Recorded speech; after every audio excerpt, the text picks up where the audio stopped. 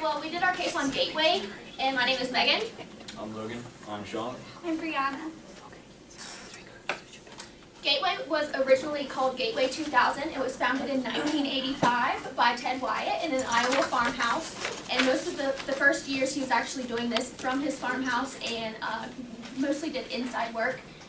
He had an early value proposition, offer products directly to the customer, make sure they build them to their specifications, their personal computers, provide them with the best value for their money, and offer unparalleled service and support. And through the years, they kind of had to play with this value proposition. They changed it up a little bit, but what they did mostly from when they started is change a bunch of different advertising agencies, and that's what we're going to kind of go over today. His vision was that technology should be fun, it should be easy to use, and should enhance and improve the quality of life of the user. The first year, they did over $100,000 in sales. In 1996, they were the first to do the brick and click retailing, and in 2000, over $9.6 billion in sales. So they did really, really well the first few years. Gateway's agency history, this is just from 1993 to 1998. They originally started doing print ads in-house until 1993, and when they decided to expand their media mix, they brought in an outside agency, which was Carmichael Lynch, and they did television ads, which were unscripted and folksy, and it really captured the people who bought the brand. After Carmichael Lynch, Finex agency hired to handle its European and Japanese creative side, so they had global advertising at this point. Okay, in March 1997, the account was moved to Darcy, Macias, Ben & Boyles, or DMB&B. Basically, they helped with their international business. That was kind of their focus. Their first advertisements featured "You've Got a Friend as a Business" tagline from South Dakota to the rescue. And they used traditional advertising with actors and scripts. But they eventually fired DMB&B and brought back Cora, who was the first advertising company they used. Then, in January of 1998, Jeff Weitzen, who was a former executive of AT&T, he was brought in as the CEO of Gateway. And just after a week when he got there, McCann and Erickson was hired as their agency. In April 1998, the 2000 was dropped from the name, so no more Gateway 2000, just Gateway. And also, they had a new logo with a hand-drawn cow spot on the box, so just kind of some aesthetic changes to the brand. Some more changes they had was corporate headquarters was moved to San Diego, and they tried to diversify more of its products from just PC to other appliances. And then McCann and Erickson campaigns. Let's talk about your Gateway and Gateway at Work. And I know there's an ad on there. Do you want to watch that? Maybe skip this one. Okay. And then January 2001, Weitzen resigned as the CEO, and Wyatt resumed control. And then a couple days later, he dismissed McCann Erickson and then went back to Henry Cora, who was their first advertising agency. And then they also brought back the "You've Got a Friend in the Business" tagline. And this time their advertisements were customer-based with more testimonials. Then Silton and Keene were brought in, and their ads were more humor-focused, more on the product, and it raised more consumer awareness, but didn't really do much for the brand itself. But they didn't last there that long. They were only there for 10 months in 2002.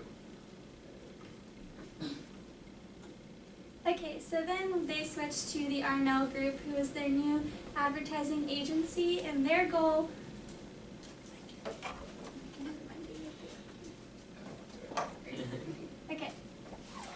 was de-purification. So that basically means moving away from the folksy small town ads to a more new, clean image. So they started featuring up-and-coming artists to bring about that new, fresh image and move away from the folksy traditional ads and bring in a new urban feel.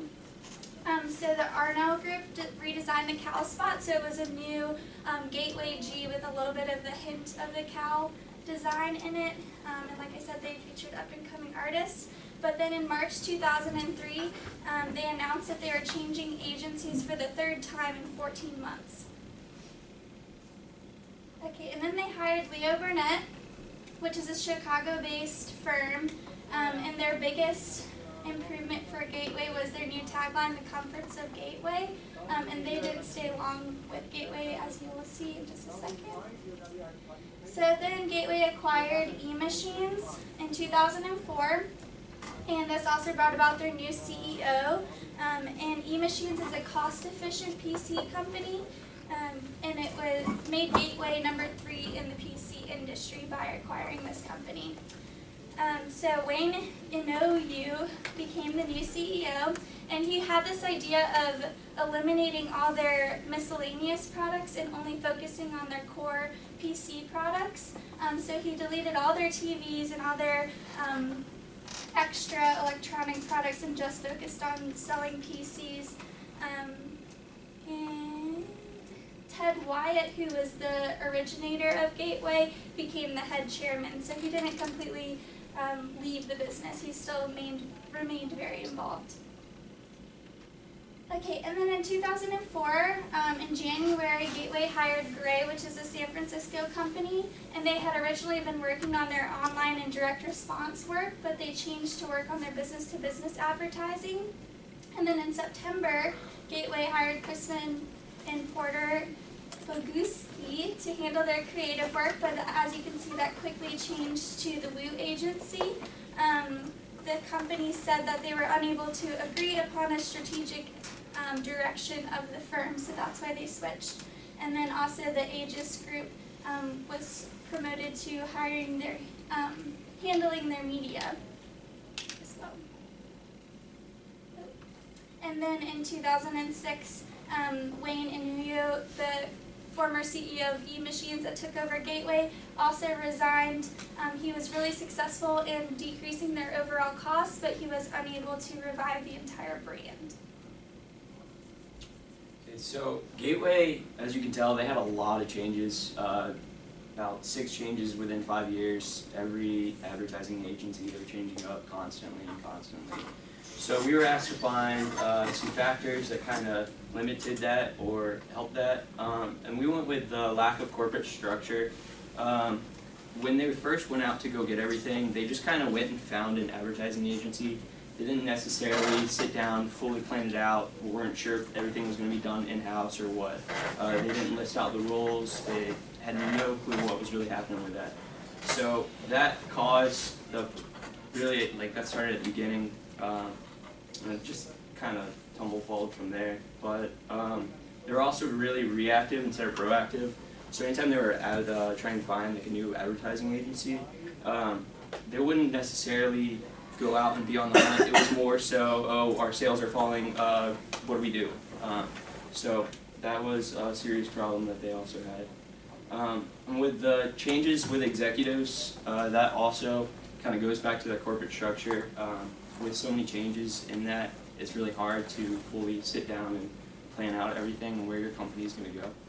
So that was another factor for us. Another question we had was what recommendations would we make for this? Obviously change less, stay consistent, fully sit down and make out a plan would be our recommendation. Go through multiple advertising companies, see what all they can do for you essentially, and then sit down and choose the best one. And then stay consistent with that, see where it's actually going to go. If they just change it up so constantly, you're not trustworthy to your customers or consumers or any other business that you're working with. So no one's really going to want to work with you or buy your products. And so the last thing, it just asked us if we would work with them. And for the most part, we said no. It would be too much work for too little time, and there's no job stability.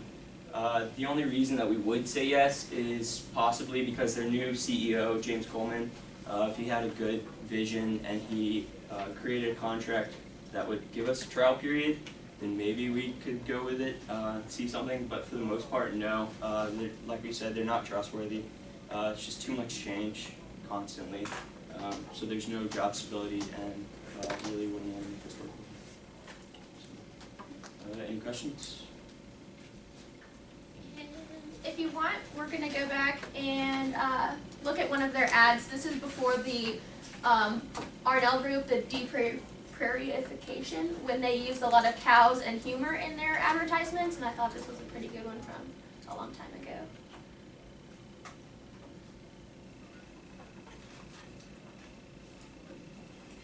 I feel like everybody has a purpose in life.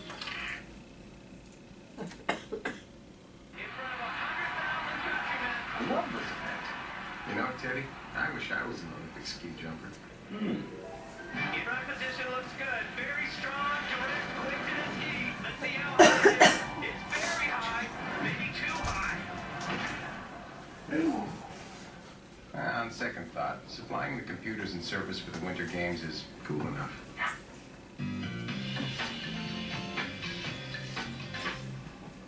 Yeah, and that was kind of like the old Gateway and how they used their cow and their cow spots to kind of do most of their advertising for them. Is there any questions? So did anyone go to the CEO lecture? So do you remember one of the most important thing for an advertising agency to do? There were a lot of important. Yeah, there were a lot of that may relate to the case. Yeah. Was it to like tell a story? Make sure you tell a story. Well, you want to tell a story definitely, but in order to tell that story, what do you need? Purpose. Purpose. And it seems like Gateway did not really know what the purpose was and how to communicate that. And yes, that's supposed to happen through the, discussion between the agency and the company in terms of how to communicate the purpose. But if Gateway doesn't know what their core competency is, it's really hard for the agency to communicate that. And that seems to have been the problem that, they just went with one thing and Gateway okayed it, but then it wasn't really truly communicating what they wanted anyway. But it is very surprising that they switched that quickly, because it takes some time to see the results of something.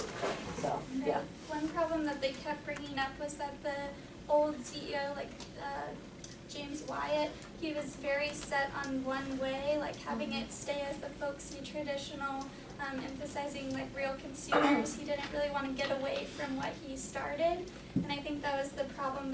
He wasn't willing to progress with the company. And he kept going back to Henry Cora, which they had the same way of thinking, I guess, but as far as growing, and that he was very set in his ways, and that's where they kind of went down.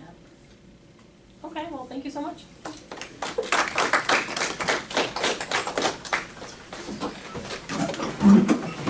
Sorry.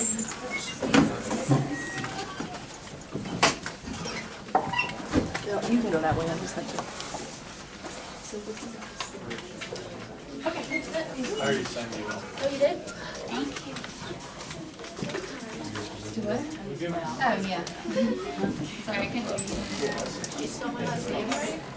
It's G-A-N-F-E. Very basic. I know. Some people put the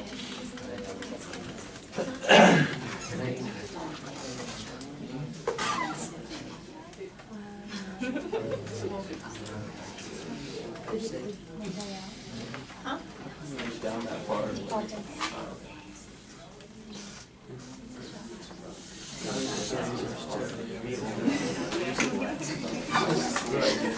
I have one just in case.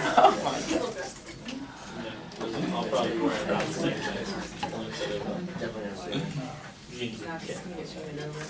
That's all.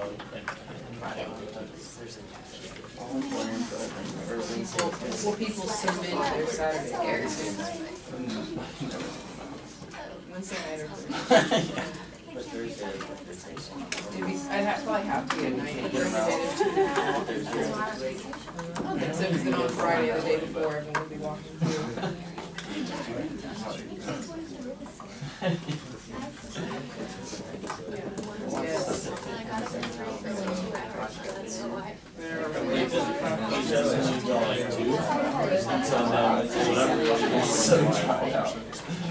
think they were doing Destiny all night long.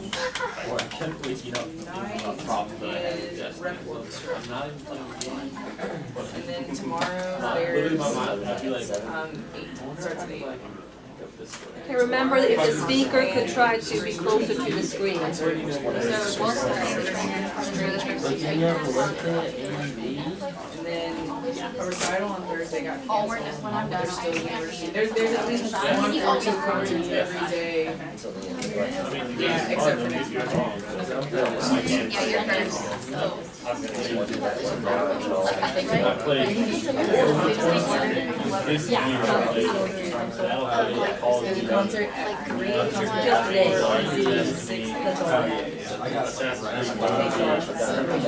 I play all kinds of, I can't. So it's like a book with you. You're supposed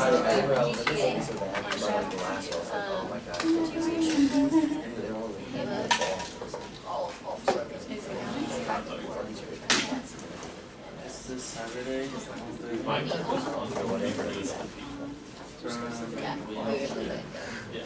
Yeah, if you have to close the monitor or the projector in between, hit the mute button and not projector off because it takes a while. And now it seems to be off. Did you? Cut on the on button. I think it's going. Okay, now it's coming. Okay, great. Slowly but surely. Alright, so we did the editing case, but we wanted to start before we get into the PowerPoint with asking you about this picture. Asking you guys what you expect, if that's an advertisement that you saw, what do you think they're advertising? Yeah, if you know, like if you're not knowledgeable about Benton, what do you think they're advertising? Black House, White Market, whatever that store is. What is it depicting first, so everyone knows what it's depicting? It is a nun kissing A priest. so. Okay. Anyway, so that's kind of, we wanted to ask because that's similar to some of the advertisements you're going to see from Benetton. So we did the Benetton case. My name's Anthony. I'm Melanie. I'm Aubrey. Lindsay. And I'm Teddy. Here's a little outline of what we're going to go over today, just how the presentation's going to go. Anyway, Benetton is an Italian retailer engaged in the manufacturing and distribution of clothing, undergarments, shoes, cosmetic, and other accessories. They license their brand names out to just various manufacturers, and they operate in 120 different countries and have outlets in other countries as well. They're mostly known for their like shock and awe advertising, as you can see right here. Killing and Casoda.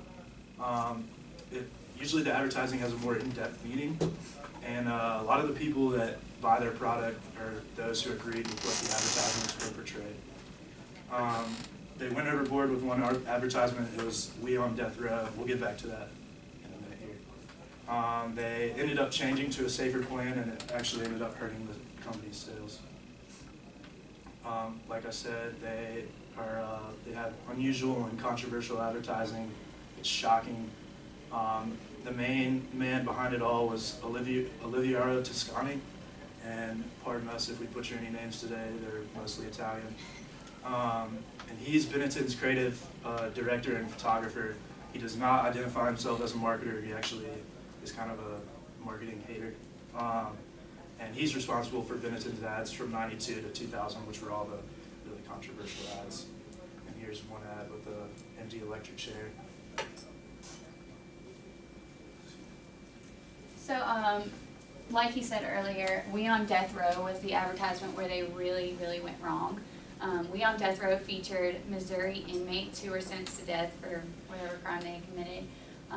And basically Benetton went in and like basically interviewed these guys and like asked them what they were in there for, when they were scheduled to get executed, all that. But prisoners didn't know why they were getting interviewed. So they ended up publishing these advertisements with inmates like holding up their stuff, and it just really didn't settle well with the public, especially the families who were directly affected by them. So after that, they really kind of like took a step back and switched over to a more traditional marketing strategy. So they really started kind of advertising their clothes a little bit more. They still advertised some controversial issues, but didn't really have the shock that they had in their previous ads. And like you said earlier, this just really, the customers really related with their shock ads, so when they switched to this traditional advertising style, it just wasn't as effective. So once a company kind of screws up like they did, you have to kind of settle it with the public. So the state of Missouri actually ended up filing a lawsuit against them because they felt like they misled the prisoners when they were in there interviewing them and taking their picture and stuff for their ads. So Benetton actually had to write apology letters to the families who were affected by the ads, who had family members who were maybe murdered by these prisoners. So they ended up writing apology letters, and they also donated $50,000 to the Missouri Crime Victims Compensation Fund. And another thing that they were largely affected by was Sears actually canceled their $100 million contract with them because of this advertising campaign. So it just wasn't a smart move for them to publish that ad. They tried to make amends with Sears by telling them that they could approve their ads before they published them, but Sears just didn't want to continue. And this is actually the ad that they published. And their main goal with publishing this ad was to raise awareness for how many people were being sentenced to death in the United States and Missouri, because it was a particularly large number. And so they didn't really mean harm by the ad, but it just wasn't taken the right way. So as you can see, this was the advertisement. They were taken down pretty quickly. So we identified Benetton's brand, like we mentioned earlier. They were known for their controversial, shocking, really risque ads. They usually didn't really involve their clothing. They had a much larger meaning, like they were trying to raise awareness for causes like AIDS and other stuff we'll talk about later. And then Tuscany, who was behind it all, he was a bit arrogant, I guess. He just really loved his ads, and he was very confident about them. And one of his quotes was, "Most good ads are forgotten after 6 months, but who still remembers the Benetton ad with the priest kissing the nun 10 years later and people remember? That's immortality." So that's what his goal was. He wanted people to remember these ads, and they did, and they bought because of them. So key areas of concern for the repositioning of Benetton's advertising. In 2000, Tuscany was pretty much forced to resign because of the We on Death Row situation. And after that, James Mollison, who was like really young, probably in his 20s, took over in 2001. And like I said earlier, they changed to a much more traditional style where they backed down a little bit, weren't pushing the envelope as much. And this was one of their quotes as to why they needed to change. "We need to show consumers that we are an actual clothing line and not a political or governmental company." So, and like we said, after Tuscany resigned, their net income depleted quite quickly. So this is in 2000, as you can see, and that's Tuscany's last year, and they were at an all-time high for their net income at 174 million euro. And then in 2001, when Mollison took over, they immediately went down to 163, and then in 2002, they were at 128. So their advertisements were not as effective when they went to the more safe advertising. So, yeah. Okay, so for the analysis, like Lindsay said, Benetton established itself on its strange, unorthodox type of taboo marketing. So they didn't just market their clothes, it was more like a lifestyle brand. It wasn't the products, they didn't show any of the things like that. They wanted to show the issues that were going on in the world. So that pulled in a key audience that people really could relate to. People liked talking about what's going on in the world. They didn't really just want to see the clothes. So they liked, everyone's advertising clothes. Benetton was doing something different. People liked that. They liked hitting the social issues and talking about it. It got everyone talking, got the buzz out, and that's what was doing so well with Benetton. They got a loyal following, but then after that, after the We on Death Row, things kind of went downhill. So they were doing really good, even though it was radical and some people didn't really care for it too much. They still had a nice, loyal customer base. So they were riding the line pretty good, but then once that We on Death Row, they're like, all right, let's really push the envelope. And once they did that, they kind of crossed that line. They went a little too far. And instead of doing a public apology, you know, they should have went out there and done a press release and said how sorry they were. They didn't do that. They just overreacted, forced Toscani to resign, hired a new advertiser in there, and that's when their numbers fell. And MAH00010 went to the more traditional advertising, which the loyal following of Benetton didn't care for. The net income for Benetton still is not recovered.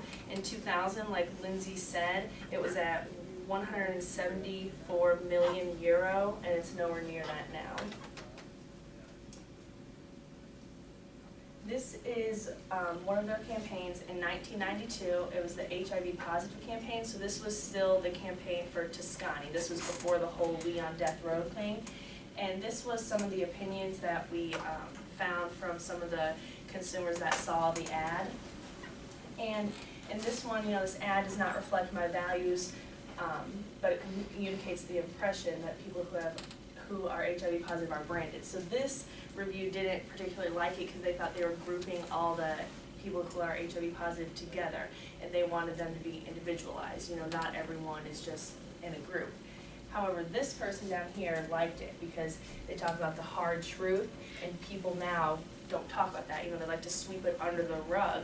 But Benetton and Toscani were bold enough to talk about it, which is what some people want to do. You know, they want to talk about those taboo issues. And that's the ad right there, as you can see. This was one in 1991, I believe, and people really liked this ad. It was all positive. People liked that it was two kids from two different cultures coming together, and you know, they look like they're happy and having a good time and everything like that, which you don't see a lot. You just see, you know, it's one race or another race and one ad. So people like that Benetton brought them together on this, and so these were all positive reviews on this one. And of course, Benetton, like I said, is trying to do a lifestyle advertising, not on the products. So these kids aren't even wearing clothes, you know, they're not wearing anything. Benetton, the only thing is right here, it says United Colors of Benetton, and that's their slogan. It's not even like clothing by Benetton or anything like that. It's United Colors of Benetton. That's what they want to be known for. Alright, now here are some case questions. It's going to be kind of repetitive, but it's just to reemphasize some main points, so bear with me. But the question is, describe the critical issues facing Benetton as they pursue a new advertising strategy. And like we said, the main issue that they faced was losing loyal customers that were used to their bold advertisements, because when they switched to a more conservative strategy, people weren't as supportive of them, weren't buying as many clothes because they just weren't as impressed by their new strategy. What does the brand Benetton mean? They're a globally conscious company that talks about political issues. There's, like she said, they're a lifestyle brand, so they're not only just clothing, but they're also a representation of what's happening in the world. As I move from one advertising strategy to the next, what are the key areas of concern in the repositioning of the brand? Other than losing customers, they have to figure out a way to also be a company that still is bold and attracts customers, but isn't too bold, where they offend people and make a bad name for themselves, and still, like with the We on Death Row, lose a lot of net revenue. The probable behind-the-scenes discussion in the advertising department and who conveyed the better argument. The main thing about Toscani was that he was arrogant and bold, and he got away with doing what he did because that's the way that he was. He didn't ask anyone's permission before he published an advertisement. He just did what he wanted because he knew that it would work, and it did, so that's why he got away with it. So even if it wasn't as conventional, it was still profitable. In 30 years since the inception of Benetton's advertising strategy, which considered it a success, and we said yes, that it was a success, and that described the reasons why or why not. The old strategy was definitely more successful, and the new strategy isn't as successful, but it's still somewhat successful because they're still edgy, just not as much.